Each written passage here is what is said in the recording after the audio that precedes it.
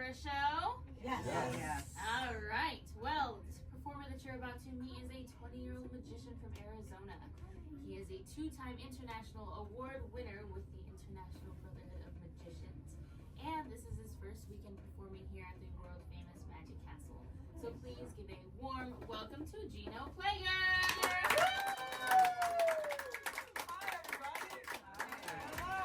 My name is Geno Ploeger. It is a pleasure and an honor to be performing for you here at my debut weekend at the Magic Castle. I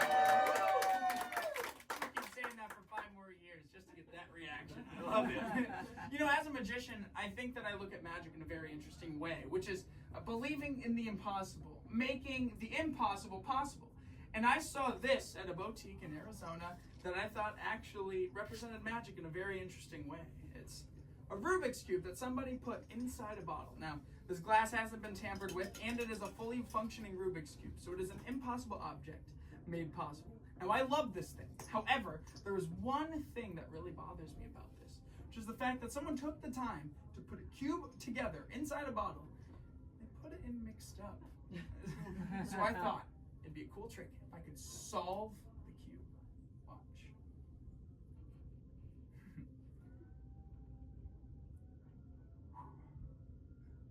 That'd be a really good trick. I haven't learned.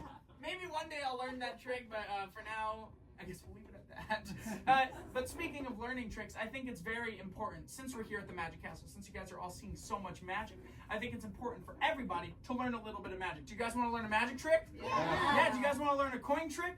Yeah. Me too. I don't know any coin tricks. However, I prepared a very special magic trick for you today that uses a silk handkerchief. Now, this is called the color changing handkerchief, and it looks like this. Put a handkerchief in the top of your hand, not the other side. Comes out a different color. Thank you. Given the name the color changing handkerchief, I named it myself. It's one of my more clever moments. Thank you. You can see the more it goes in the top of the hand, the more it comes out the other side a different color, until you can show everybody at home that you have the power to change the color of a handkerchief with nothing in your hand. And I'm about to reveal the secret. A bunch of you are probably ahead of me at this point, but there's 2 handkerchiefs. That's all you have to do. And this is all you have to do for your secret setup. You take a handkerchief and you place it down into your hand before you start. Don't let your audience see this. I can't stress that enough. And they're done that. Anyway, you basically ball it up in there and hide it from your audience so that they can't see it anymore. Now, the secret to this is keeping your hand closed. Don't open it and show that extra handkerchief. If you do open it, it's okay, I promise. Don't panic. Don't panic. Wave the blue one around to distract people. So that way, all you have to do is take that blue one, wave it in the hand, and get the yellow one out the other side. Thank you. It's also very important that you don't do this while you're doing the trick. If you do this, you show both of the handkerchiefs. At that point, you're caught. There's no other way around that, really. Other than the fact that you're a magician. Being a magician, all you have to do is do real magic. Really change the blue one into the yellow one. And that way, everybody at home will believe that you have the power to change the color of a handkerchief with absolutely nothing in your hand. Thank you. So much. Now, I love starting with this trick because there's always 2 types of people. There's the types of people who enjoy the trick and who enjoy learning magic, and there's people like you, sir, who are still thinking about the coin trick from the beginning. I did lie at the beginning. I do know one coin trick. The coin trick is the big finish. Ooh. Thank you. So if you guys are ready to be mystified, cheers to you guys, and let's get the show started. Thank you. And now you know there's big money in magic. Yeah, check it out. Check it out. You should see the gumball I can get with that. It's huge. It's called inflation. I'll take that back from you. I need to save that college tuition. Am I right? You know, I've been doing magic most of my life, ever since I was 5 years old. And ever since I've been growing up, I've been fascinated with the art of card magic. And as I got older, there was one thing that I loved about cards, which was learning to cheat cards. It's very helpful at those Friday night poker games that I play with my buddies in college, you know what I'm saying? Especially when they don't know I'm a magician. If they know I'm a magician, I lose my kneecaps. That's basically how that works. But I want you to see we have a standard deck of 52 playing cards here. Sir, do you play cards at all? A little bit. Go fish? Sure. I love it. Perfect. So you know cards a little bit, right? Yeah. In a deck of cards, you play War? Is that what you said? Is that your favorite card game? I love War. It's takes me back. Gin, is that what you said? What game? Gin? Gin? I don't think I've played Gin before. What's your name, sir, anyway? Ken. In a deck of cards, I want you to name any four of a kind. This could be the fours, the eights, the nines, the kings, whatever that may be. Sure, the kings. The kings. You want to stick with the kings. Yeah. I love it. All right. I'm going to go through the deck here, and I'm going to locate the position of the four kings and memorize them all. These two are kind of next to each other, and I'm going to find them all using something called shuffle tracking. Did you take all the aces out of there? Math. All the aces. He named the kings. I know, but did you take all? I showed you the deck of cards. Did you not see the aces in there? Well, we'll see if we can find them in just a moment, all right?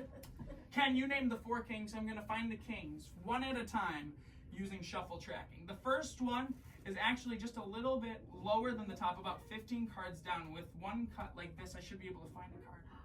It should be the king of diamonds. Thank you.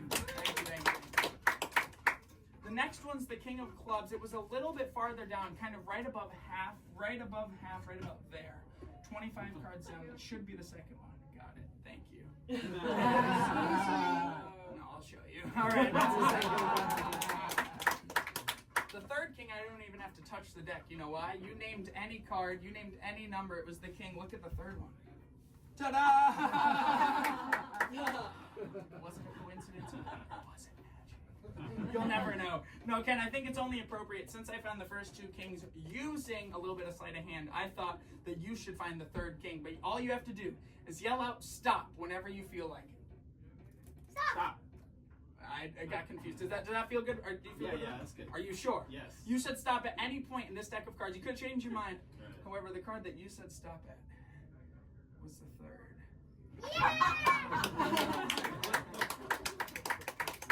Thank you. That leaves us with one king left. Now, when I was doing this, I was showing my buddies this. This was when they realized I was a magician.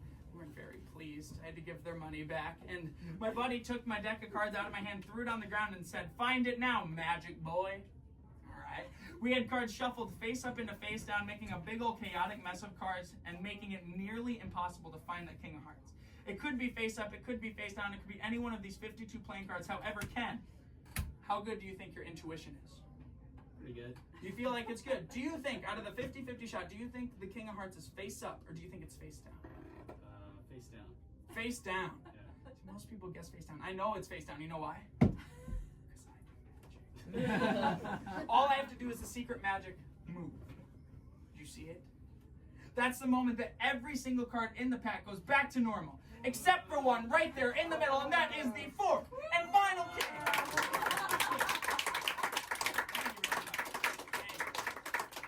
Your name's Vicky, yes?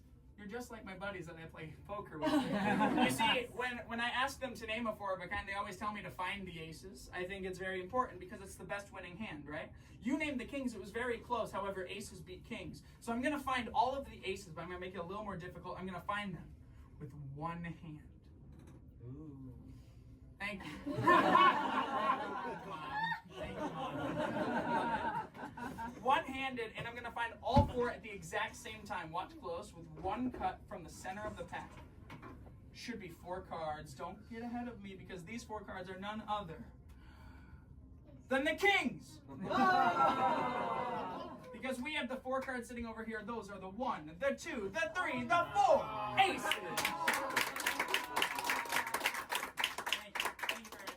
I think it's safe to say I was not welcome back to that poker night. So that's all I can say. Though I was welcome back after a little bit of while, a little bit of forgiveness, but there was one stipulation, which was the fact that I could no longer shuffle the cards. It makes my life a lot more difficult. So what I would do is I'd steal my poker chips, and this is what I would do. I would make them appear under the noses of my friends, basically printing money in their eyes. Well, we'll call this one chip number 1. Now, if this is chip number 1, chip number 2 is right there. Do you see that? That's chip 2.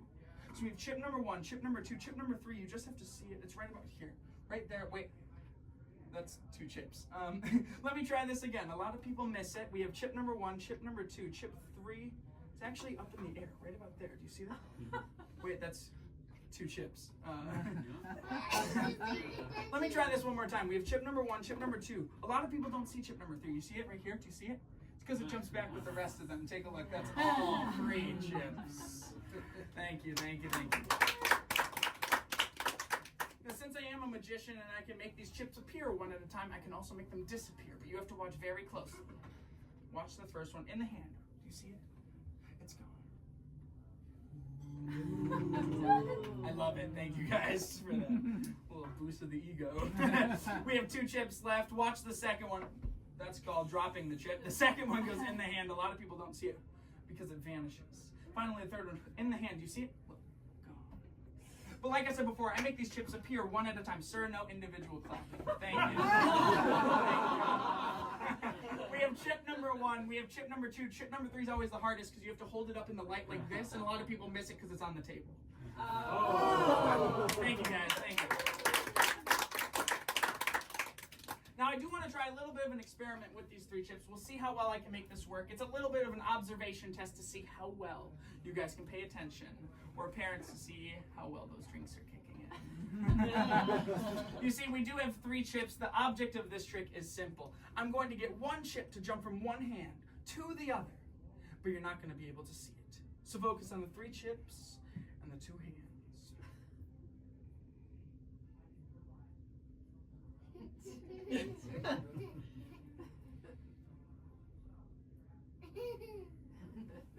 I should explain before I start that it happens a lot of the time when you're not expecting it to. A lot of people don't see it. Oh. It uses actually this principle in magic that we call misdirection. Has anyone ever heard of misdirection before? No. Yeah, you have? Misdirection is basically controlling your attention, making you look where I want you to look. So when I look at my wrists, it makes you want to look at my wrists, or my arms, or if I look at my body, or if I look at you guys. A lot of people miss this moment the second chip jumps across. No, a lot of people want to see this final one go. So I'll get this one to go visibly, meaning you will actually see it go from this hand to this hand. Now this is the hardest part of the show, so make sure you watch close. Visibly from here to here.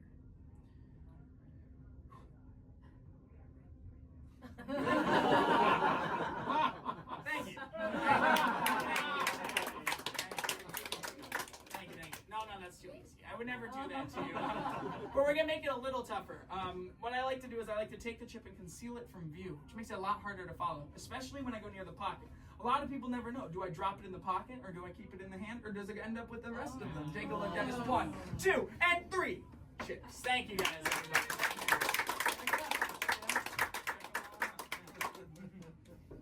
Love it. Thank you so much. Thank you. Now, during the year 2020, for some reason, something happened. I had a lot of free time on my hands. Not entirely sure what happened. However, I picked up a new skill, and it was learning to solve a Rubiks Cube. I got actually absolutely fascinated with Rubiks Cubes because I saw people solve them really fast, and I was like, that's kind of like magic. It takes practice and hand-eye coordination a lot. And, you know, there's lots of complicated moves with the Rubiks Cube, so I thought, what if I could take all of those complicated moves and get them all down to 1 second?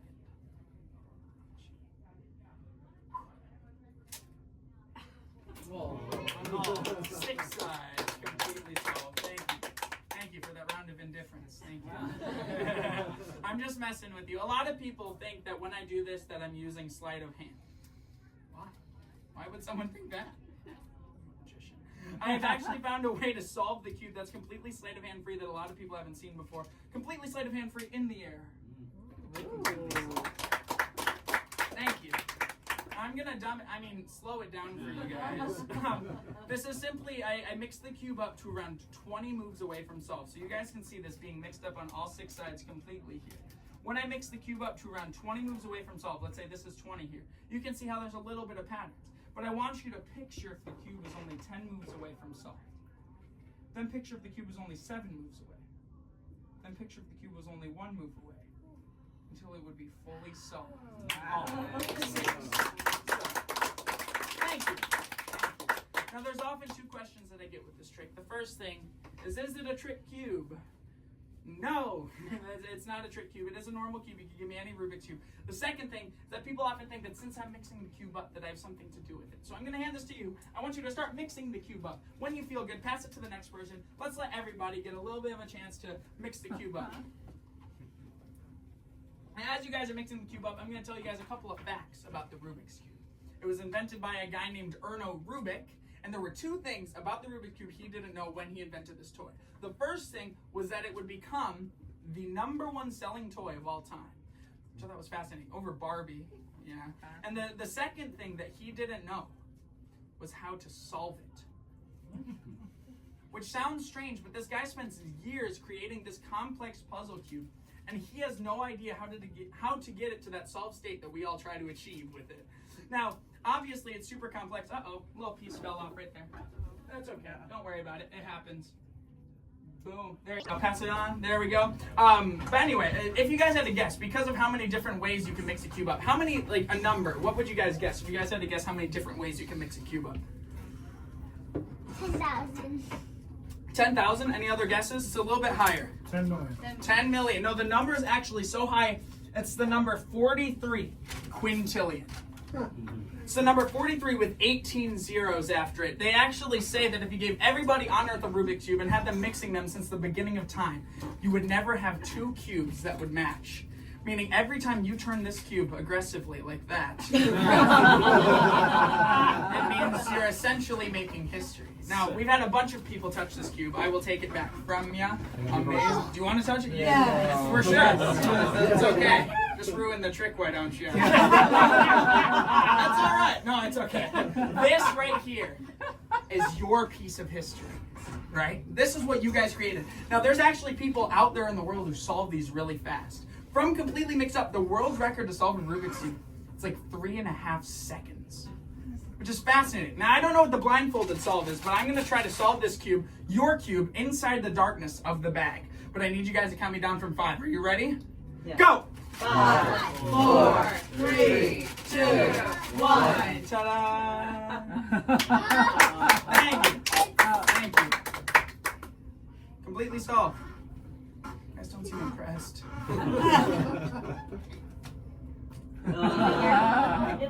Okay, that would have been impressive if there wasn't another cube in the bag. I wanted my 2 seconds of fame, all right? Parents, if that fools you, call yourself a noob. I'm concerned, all right? Well, no, it didn't.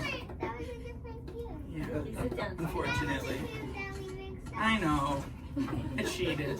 I'm a magician. It's my job. However, I do believe that Rubik's Cubes actually teach us a valuable life lesson, which is the fact that we spend so long in our lives trying to get our lives to look like this, when this is our lives. This is your life. This is your life on the Instagram story. You know what I'm saying? Right? But another problem with this is the fact that, like, when you see a Rubik's Cube, how do you know a Rubik's Cube is solved? When you see one, how do you know? It's all the same. Yeah, all the same, like all the colors on each side, right? So you have all the orange here and green here and yellow here. But the issue with that is that that's only comparing a Rubik's Cube to another cube we've seen before. That one.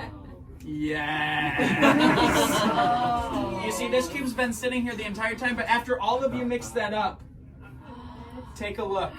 That is one side that completely matches. Even further, that is number 2. That is number 3. That is number 4. That's on top. That is all 6 sides. Completely matched. Thank you, guys. Thank you. So instead of trying to make your life perfect, make it unique. Chase the magic in your life. Thank you guys so much for making my dreams a reality. My name is Geno Ploeger. It's a pleasure. Thank you guys so much.